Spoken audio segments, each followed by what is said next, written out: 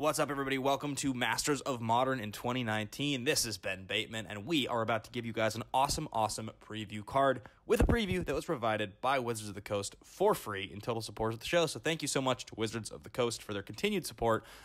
This is going to be a great year for the show. Stay tuned, guys. Coming up on the show, you are going to hear us do an on-the-fly episode using a handheld recording device. Hopefully the audio is awesome. Thank you guys for all your support in 2018, and enjoy the show.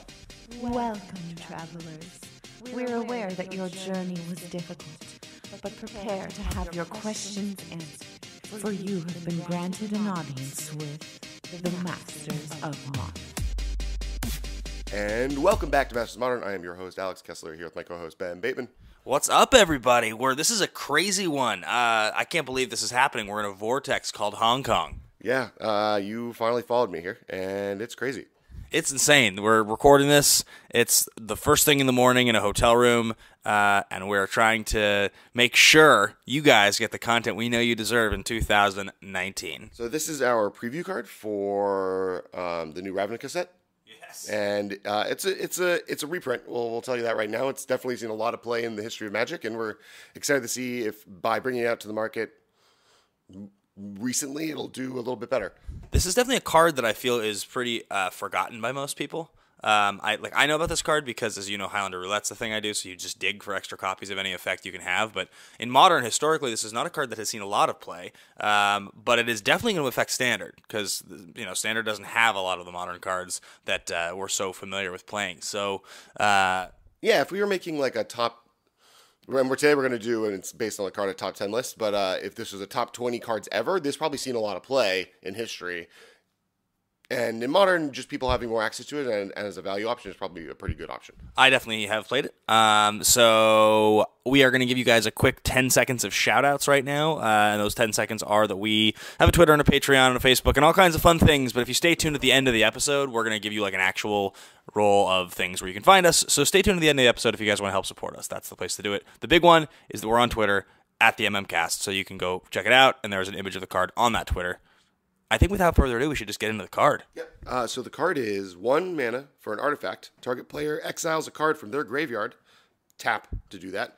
1 mana, sacrifice this card. Exile target card from a graveyard, draw a card. It is Scrabbling Claws with new artwork from James Payek. James Payek. Or Pake. P-A-I-U-C-K. I should not be. That should have been you reading it. Yeah, well, I would have done the exact same thing as you, to be fair. It's actually really amazing. If you go to our Twitter right now and or Instagram, you'll be able to see it. It's like a robot claw machine, which is. I always kind of imagined this more as like a hand that was walking around because that's what the other art was. But this one, it's like a scrabbling. It's like a garbage constructor thing. A garbage constructor? Construction thing. Garbage construction thing. It's a crane. It's like a claw, like the claw. That's like the Truman Show? No, the Liar. No. That is from Liar. I was trying to reference Toy Story. Right. But I'm sick, if you can't tell. Yeah, well, this is a whole hodgepodge, guys. We're recording on a handheld device. It's actually the same device that you guys bought us with the patreon.com/TheMMCast at one point, called the Zoom. That's how we record. And normally we have mics. This time it's like a handheld operation in a hotel room. So we, today, in honor of Scrabbling Claws, are going to do our top 10 graveyard hate cards in Modern. Which should be an interesting conversation for you guys because if you're a newer listener, you may not know about all of these. You probably know about one or two of them because they're prominent, you get played a lot, but there's probably a couple on this list that you don't know as well. So we are going to have a whole conversation about the top 10 graveyard hate cards in Modern. As an honorable mention, I think we should immediately get into discussing Scrabbling Claws and just sort of the difference between its obvious comparison, which is Relic of Progenitus. We should just compare the two because I think that's going to be the one everybody looks at and says, should I play this or should I play Relic, and why would I? Yeah, well, I think that it's Scrabbling Claws is a surgical tool, where Relic of Progenitus is more of a nuke. And so if you're using your graveyard in any serious way, Scrabbling Claws is better than Relic of Progenitus. Now today we're doing a top 10 list of top 10 graveyard hate cards. And so we'll kind of talk about other options, and probably as we go over each one, we can talk about this Scrabbling Claws strengths against those cards. But this one definitely is meant to kind of through the game keep your opponent's graveyard low, but then if you need to, be able to get rid of a key card that will prevent your opponent from winning the game. Yeah, it's And it's an artifact cantrip. Those are always playable. right. I mean, as you mentioned, and like I think Modern is such a graveyard dependent format in so many ways that you don't want your own graveyard to be gone. I mean, like for instance, like if you do not want to be playing Relic of Progenitus in your own Phoenix deck, that's just not something you're going to want to do. And in a blue-red deck, you don't have access to the really good white options, so you're going to want to play an artifact. And it's obviously you could splash into black and like try Nile Spellbomb, but like you're probably a straight blue-red deck. Well, yeah, I mean, I think Surgical Extraction is definitely the card that Sphinx decks would play, but I think like a Lantern Control deck that maybe is playing a little bit more out of the graveyard, or a deck that is looking to just have maybe a fifth copy of Relic Progenitus or sixth copy of Relic Progenitus, because there's definitely cards that combo with Relic sometimes. So I think there's a bunch of different options here, and it's just figuring out what the best one is. And let's why don't we get in the top 10 list? And this one's an uncommon, right? This one is a add-on uncommon. So now we're going to have an uncommon in standard card that you can get easily to play in Modern, because, relics aren't that easy to get your hands on. They're a few bucks. Yeah, and in standard, I would say that this is, Phoenix decks now have a little bit of a harder field to fight through, because this is definitely a good card to fight those decks. Absolutely. So without further ado, this is going to be the top 10 graveyard hate cards in Modern. Number 1. No, number 10. Number 10. Remorseful Cleric. This is the new spirit that for 2 and a, it's a 2/1 flyer for 2 that you can remove it from the game or exile it or sacrifice it to exile target player's graveyard. What I love about this card personally, I mean, obviously it fits into the Spirits decks, and like Banned Spirits is a huge deck right now. Mm-hmm. It's one of the best decks. But what I especially love about this card, and they did the same thing with Selfless Spirit the year before, 2 years before, is that now a 2/1 flyer for 2 mana with like a strong no mana ability, right? You can just sacrifice it, is playable in the Spirits deck, but it's also playable in like any kind of Hate Bears deck, any kind of deck that just wants to be putting a clock and have ways to interact with your opponent. I think cards like this are essential. I like that they keep printing them, and I was stoked that they printed Remorseful Cleric. Like this card should see play in any number of kind of aggressive decks in Modern that want to have a little bit of utility for years to come. Well, I think this is the most recent card printed on this list. So number 9? Yeah. Tormod Script. This is a 0-mana artifact. You can sacrifice it to exile a graveyard. Yeah, Tormod Script is a classic. It's, I think, when was Tormod Script originally printed? Not beta, right? Maybe? Maybe. No, Antiquities, maybe? Yeah, it's like older than me. I mean, I'm older than Magic is, but it's an old card. I'm trying to remember while we're talking about this, I'll look it up so I have that information. But like I know this did get a reprint, I believe, in Time Shifted, didn't it? Wasn't this in Time Spiral? There's a time shifted version. On a power level perspective, it's a free artifact, and that's always something that has seen play. And there's a ton of decks that want free ones versus something like Relic. It is a targeted, so you hit your opponent's side of the graveyard. You don't have to hit your own, so another strong point that we brought up. And the last one is because it's a 0-mana artifact. That's from the dark. Yeah, it's from the dark. Because it's a 0-mana artifact, it's tutorable with effects like Trinket Mage or Tezzeret. But more importantly, Teleria West. Yes. Fan favorite. Yeah, I think it's an interesting card. I think where it really plays, where it has like some significance, is that there's always the decks that want to max out artifacts early to turn on a Mox Opal. And so anytime somebody is trying to come up with some new concept of how can they do something cool, and does Mox Opal fit in their deck, because obviously Mox Opal is an incredibly powerful Magic card, Tormod Script has the utility of being a graveyard hate card that, like, if you were to play one of these in the main deck of an artifact-based deck, you wouldn't hate it, because Modern's so graveyard-driven. So anytime you have a 0-mana artifact that can turn on an Opal on turn 1, there's pretty significant value to it. And I've definitely messed around with Tormod Script. Some of you guys probably remember a couple years ago playing at that GP with that, like... that was the Claws of Gix deck, the Greater Gargadon Claws of Gix deck, and there was versions of that deck that had a Crypt in the main, just because it was another 0-mana artifact that I could get out early on. Yeah. Number 8, Rakdos Charm. Oh, yeah. So this is a black and a red, and it does 3 things, because it's a charm. Let me pull it up. The first one is Exile Graveyard, hence why it is on this episode. The next one... Exile target player, so it's black red instant. choose one. Exile target player's opponent's graveyard or player's graveyard? It's exile all cards from target player's graveyard. Destroy target artifact or each creature deals 1 damage to its controller. So really good back in the Splinter Twin days when someone went infinite and then you just cast Rakdos Charm, just kill them. Yeah, just kill them immediately. And then good against graveyard hate. Obviously, it's a charm, so it's very versatile. The Ravnica charms are also really good just from the fact that they are so inexpensive. So and instant speed. So when they are good, they're really good. Yeah, this one has seen a lot of play. I've probably played, how many of the original charms see significant play? I've probably played 4 of the charms in Tournament Magic in Modern. I've played a Golgari charm in a deck before in Modern. I've played a Rakdos charm in a deck before in Modern. I've played a Boros charm in Modern. Am I missing a good one? Am I forgetting? I guess I probably played an Orzhov charm like once, maybe. Can you remember? Any of the others? I mean, Gruul charm sucks. You'd never play Selesnya or the blue-white one, Azorius charm. You see Azorius charm randomly seeing play once in a while. Orzhov charm maybe. The real ones are Izzet charm, Rakdos charm, Golgari charm are the 3 I think that see the most play. You just reminded me. Izzet charm's the most played. Yeah. And that's the one I forgot. Boros charm. Yeah, those I just said that. Yeah. That's a classic example of me talking and Alex not listening to a word I was saying, evidenced by all the things he suggested that I just suggested. But I did miss.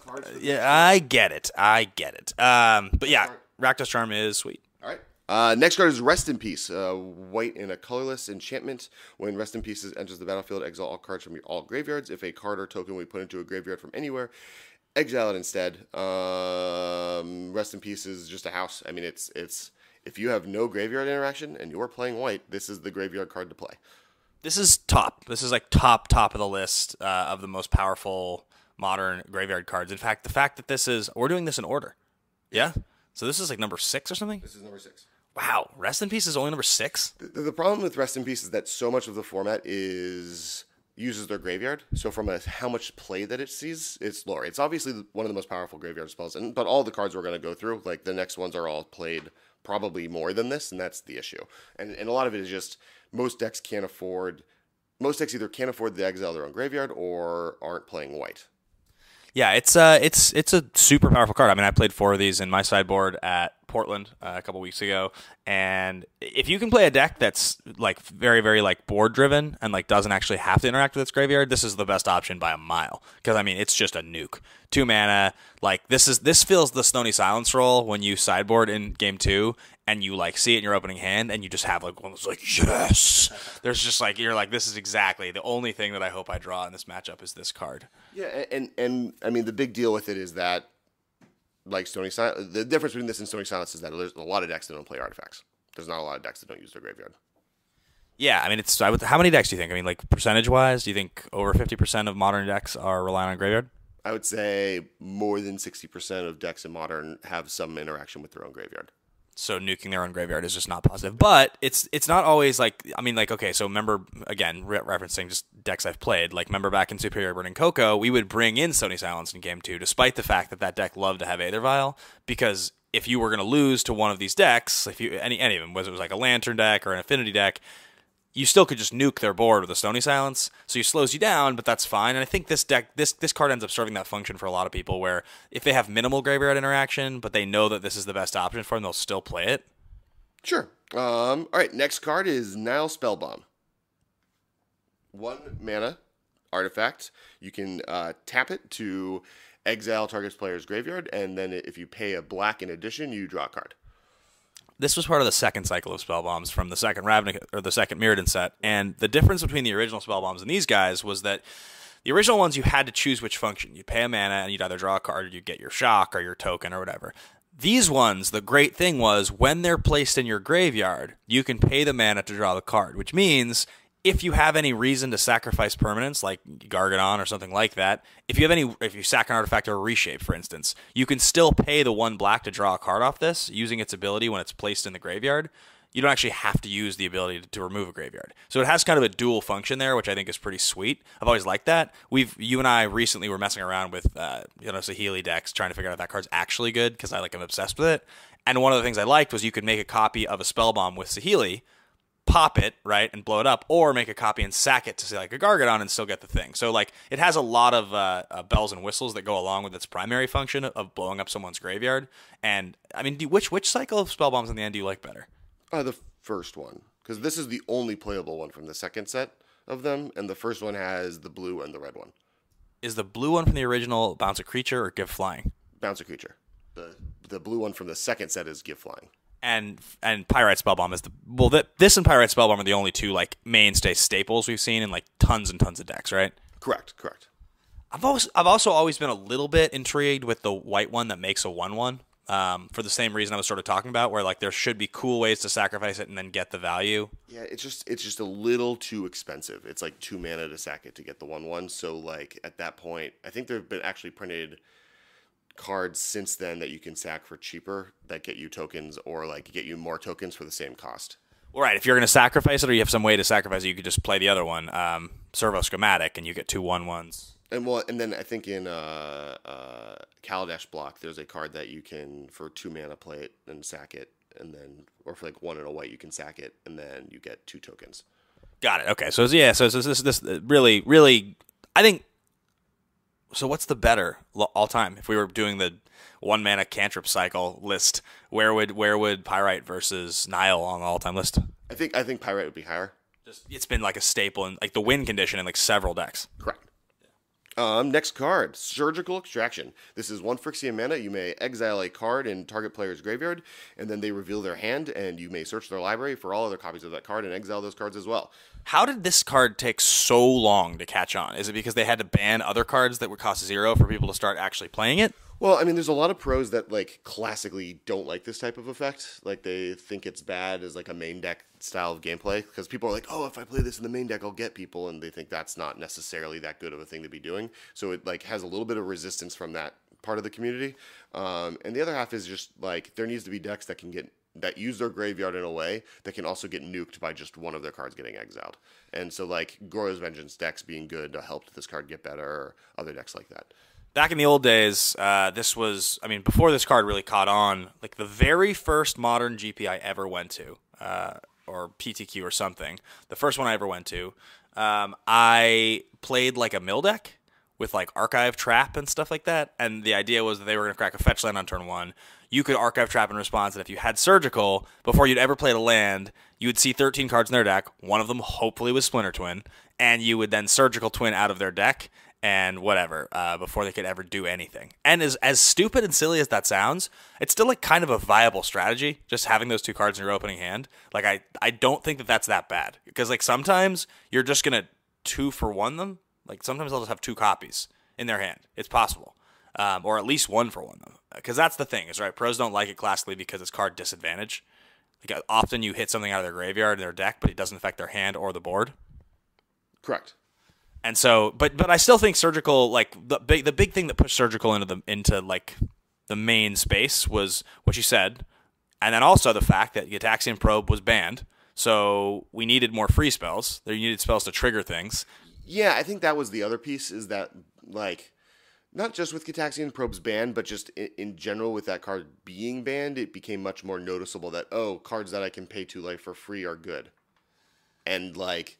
Or cards that I can pay 2 life for free and gain a benefit are really good. And I think at this point, every single free Phyrexian spell has seen a ton of play. Even the green one has been seeing play for the last 3 years in Storm decks and other Are you talking about Mutagenic Growth or Corrosive Gale? Corrosive Gale. Yeah. No, not Corrosive Gale. That's the kill flyers. The one that puts a card from your graveyard on top of your library. Noxious Revival. Right. Yeah. So the next card, and this is the one most similar to our preview card, is Relic of Progenitus. So this is, and I think a lot of people when this first got printed was like, this is a fixed version of Relic of Scrabbling Claws. It's 1 mana. You can tap it to have a target player exile a card from their graveyard. They get to choose, so same ability as Scrabbling Claws. And then 1 mana, draw a card, exile all cards in all graveyards. So Nuke versus Surgical Tool. So with Scrabbling Claws, you can get rid of a card. So if there's a specific card you have to get rid of, it's available. If this card is, but versus Relic of Progenitus, where it's like get rid of everything. And then this is kind of the rest in peace conversation: is can you afford to lose your graveyard? And I've always thought that I've always thought that maybe Lantern style decks could get away with playing one Scrabbling Claws over one of their relics just because they do rely on their graveyard existing. But on the other hand, that deck's so powerful and tuned that I think that maybe it just can get over their graveyard going away. I mean, I'm pretty certain that there is I can't remember it, but I think there's a deck in one of my Highlander wheels that does exactly what you're talking about. It wants to play artifacts, it wants to play its own graveyard, and it plays Scrabbling Claws for exactly that reason. I mean, it's more targeted. Like, it's just more targeted. That's it. Like, bottom line. But then, yeah, and the Relic Progenitus is just, you draw a card. It's similar to Spellbomb.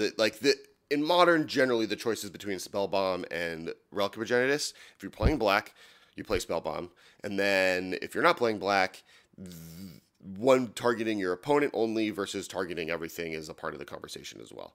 The next card, and these are the top three. So number 3 is Scavenging Ooze. So this is a green and colorless for a 2/2 ooze creature. You may pay 1 green to exile a creature card from target player's grave, or a card from target player's graveyard. If it's a creature card, you gain 2 life. This is one that people forget. This originally was a commander card. This was like $40 for a long time because it was printed in a commander deck, and it was played in Legacy, and you couldn't play this in Modern for a while. This was just a card that we all we were like, oh my god, it's so powerful. It almost feels like now the bloom is off the rose. This doesn't. I mean, this sees a lot of play, but it's not dominant in Modern like it once was. It's the most played card on this list by a long shot, but that's partly because it's the most main deckable card on this list. Like maybe Relic of Progenitus is after that, but the fact that you can just play this in any deck and it's like totally fine. And a lot of for a while, John was playing 4 of these for Tarmogoyf, like just straight up 4 and 4, because it's really good. Yeah, it's sweet that it's an instant speed effect that you can repeat. You can activate multiple times. The way you can stack it and kind of go up against what your opponent's doing is really, really powerful. I remember when you and I were tuning Coco a couple years ago, the whole idea that you could flash this in an instant speed off an activation of a Vial of 2, and then basically respond to whatever they were doing in their graveyard when it resolved, was really powerful and was really good. And we had that whole Fauna Shaman engine where you could search for what you needed at instant speed and then vial it in, and that got people a lot for me with this deck. Yeah, I mean, it does a lot. It exiles a graveyard. It's one of the most efficient graveyard hate cards in the format just by itself. It's a life gain card, so that means just burn decks have a huge problem once this is on the table, as long as you have killed a couple of their Goblin Guides or you just have gotten a few of your creatures into your graveyard.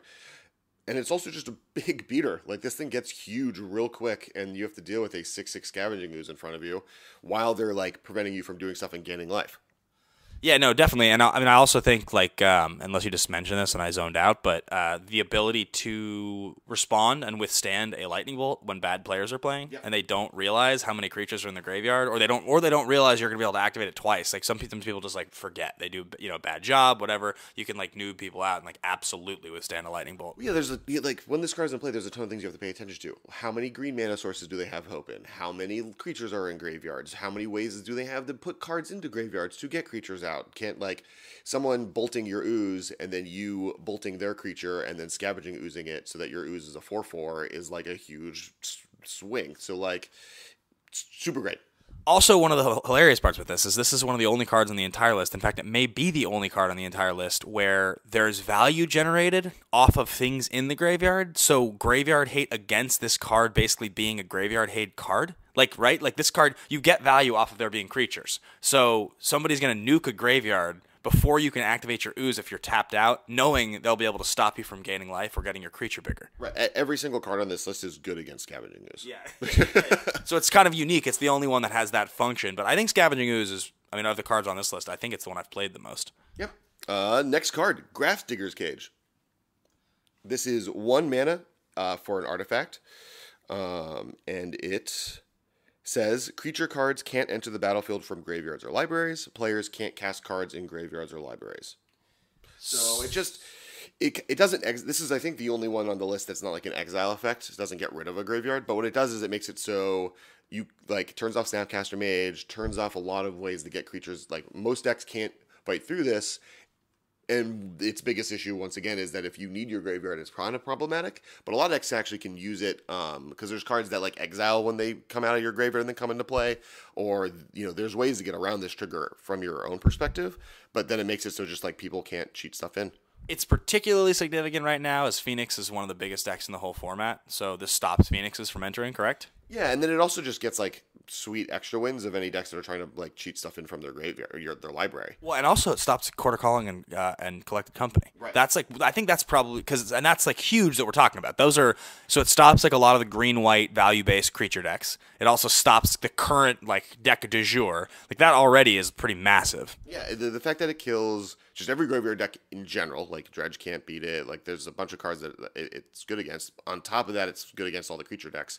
It's just a very efficient answer to a lot of things. It's kind of like there's the new blue-white card, Lavinia, that like I think Lavinia has to be main decked. We were talking about this, and we'll talk about this during our review episode of the set, because I don't think it's good enough to bring in from the sideboard because it doesn't hit things specifically, but it hits everything annoyingly all the time.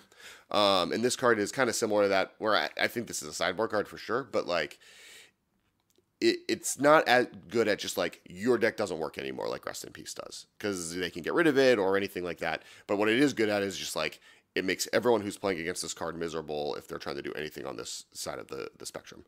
I mean, yeah, definitely. You slump in your chair. If you're playing a deck that wants to rely on the things, like that's so massive. If you're playing a green-white deck and you're all of a sudden your tutor and your value cards are just dead, they play this card, and unless you just happen to top deck Night of Autumn, you're just boned. Right. And I think there's an argument that this card is as high on this list because of its ability to stop Coco and quarter calling, and maybe that is cheating because it's not as high because of its graveyard hating capabilities, but it's still just like one of the most powerful answers in the format, and like I definitely think it's top 3. 100%. I mean, think about also like the number of decks that have found ways to like use Gravecrawler for value, right? Like anytime you have like something clever like that's like really utilizing an additional function, the graveyard is so often used repeatedly. It's just it's the fact that it's not a single time effect. Spellbomb, Relic, they can reset after you pull that off. Right. This thing just sits in play. Yeah, and so last card, top 10, number 1. This is before I said, this is a little high and seeing a lot of play because of its versatility beyond just being a graveyard hate card. This is the nukiest of nuke graveyard cards that's ever been printed. It doesn't have the problem of affecting your own graveyard, and it's not even that expensive to cast if you have it in an opening hand. Leyline of the Void. This is the OG. This is like, of the cards on this list, the oldest card is Tormod's Crypt. Is this the second oldest? No. You sure? Nope, I'm wrong. It is the oldest. Yeah. Tormod Crypt is the OG. I would not refer to any other graveyard hit as the OG. Feldon's Cane only affects your graveyard. Yeah, Tormod's Crypt is the old OG graveyard hate. But Leyline of the Void is extremely powerful. I mean, decks that don't even have black in it in the deck play 4 of these in the sideboard if they just like need to do it. It's also a combo card with some cards. It's just so powerful that you can just make it so your opponent doesn't have a graveyard for the rest of the game, and you get to have your graveyard. Once again, there's been 2 cycles of Leylines printed. But both times, there's only been 1 black Leyline printed because it was in both cycles. Yeah, so there's 9 Leylines total, and both black ones are Leyline of the Void. And despite the fact that it's been printed 2 different times, and it's a friggin' Leyline, this card's still crazy expensive. It's still crazy expensive, isn't it? Yeah, it's $50. Yeah, because you need 4 of them, or you need 3 of them. And that's always a question: is do you get an extra sideboard slot by playing only 3, but then you're not going to be able to guarantee in your opening hand as well, or do you play 4 and you're just like, I'm doing it? And the 2 Leylines that see the most play, the other one is Leyline of Sanctity, and that's 2 white enchantment. You have hexproof Leyline ability, but I think Leyline of the Void is more powerful than. It depends. I mean, it depends on the time, right? Like right now in Modern, this is more powerful. In the old days of Modern, when it was dominated by Jund, and you just knew that at the top tables you were going to go up against turn 1 Thoughtseize every game, and you were going to get Liliana out of the game, Sanctity just ended games. Yeah, Sanctity is really good against Burn and Jund, or any discard decks, and then Leyline of the Void, and Lantern, and then Leyline of the Void is just goodbye graveyard deck. Have a good game. You're not going to do anything now. There's also a really, really cool interplay that you can get around with the Leylines, obviously in Boggles, the way they use Sanctity, because it's an enchantment, so it helps power some of the things they're doing, and it makes their ethereal armor better. And then Leyline of the Void, you've seen people before mess around with mono black devotion decks in Modern. It's obviously not a popular archetype, but the fact that you can start with a high mana cost permanent on the battlefield is something significant. Yeah. But yeah, I think Leyline of the Void is pretty clearly the most powerful card on this list. I might have if we redid this list now that we've talked about it, I might move Cage down a little bit, and I might move Rest in Peace up a little bit, just because it's such a nuke. But end of the day, I do think Leyline of the Void is probably number one. The colorless 1 mana, any deck can play Graph Digger's Cage, and even graveyard decks have played Graph Digger's Cage because it has like very specific functions that sometimes graveyard decks can get around. For me, makes it just that much better. Like Leyline of the or Rest in Peace affecting all graveyards is super problematic for its ranking here, and it costing white, which is not the most played color in modern. So like, and if you're playing that color, you have kind of some better options here. So it definitely sees play, and all of these cards are really good. Like actually, I was surprised how competitive the top 10 graveyard hate cards category was in general. Like cards that didn't make it on: Ravenous Trap, Fairy Macabre, Anafenza the Foremost, Bajuku Bog, Scrabbling Claws, our preview card. Also honorable mention, because it would probably be number 1, Deathrite Shaman. Deathrite Shaman. So like, and then we're not even getting into Ground Seal, or there's a ton of like bad Graph Digger's Cage out there that we're not even talking towards. So and there's like weird and interesting cards that you would maybe use in certain decks. Like for instance, Withered Wretch is a zombie, so if you're playing any kind of a modern zombies deck, you probably play Withered Wretch. Or if you want some sort of gating effect, you might play Stonecloaker, because it's like pretty interesting and pretty clever. You can return it to itself. It's like a one-time get rid of one creature thing if you need like ETBs. Right, and then there's Scavenging Grounds, which is the desert land that you can sacrifice a desert, including itself, to exile a graveyard. There's Extirpate, which is just surgical extraction with split second and cost of mana. Like, there's so many good options out there for getting rid of a graveyard that, like, partly because like just graveyard decks have always been able to fight against it. Storm, Dredge, all these decks are just able to punch their way through a fight. Big shout out to Jotun Grunt, the card that Alex actually played in a modern PTQ years ago. Main deck, right? How many? Main deck, 2 of them. I thought it was White Tarmogoyf. I was wrong. It was a mistake. Good sideboard card, though. Yeah. So sideboard card, just play Rest in Peace. It's not that good. So that's gonna wrap up our top 10 graveyard hate episode, guys. Please tweet at us. Let us know if you think that this is the correct list. If you disagree or agree, you can find, obviously, as I mentioned earlier, the podcast at the MMCast. Be sure to check out our personal Twitters, Ben Bateman Media and Kes Wiley. Yeah, you said it. Yeah. Our sister podcast, The Command Zone, they also do game nights and extra turns. Jimmy and Josh have like an insane amount of content they're doing now. And yeah, I guess last thing before we jump out of shout-outs, this is a quick episode because we're in Hong Kong. Next week we'll do a whole kind of review over the GP last weekend. Short blurb, we probably both think that KCI needs a card banned out from under it. And there's a huge debate on which one. And yeah. Yeah, I mean, that's definitely a whole conversation. Alex and I will absolutely sound off on that once we're back in Los Angeles and have a bit more time, and expect some cool stuff in 2019. We're excited about the year. It's, that we aren't going to be out of the country for 2 weeks at a time together very often. This is the first time that's ever happened, and yeah, possibly more often. But we are excited to keep recording this anywhere in the world, and luckily our equipment can fit into a backpack. Yes, sir. Guys, thank you for listening. Patreon.com/TheMMCast. Help support the show. It's the best way to help us keep going. And also, we have a Facebook group, the Masters of Modern Facebook group, that has 5,000 people in it now. So go check that out. And thanks to everybody for all your love and support in 2018. So let's make a great 2019. Enjoy the preview card. And woo! Talk to you guys soon. Thank you for your attention. For further inquiries, send an email to the mmcast@rocketjump.com. See you later, alligator.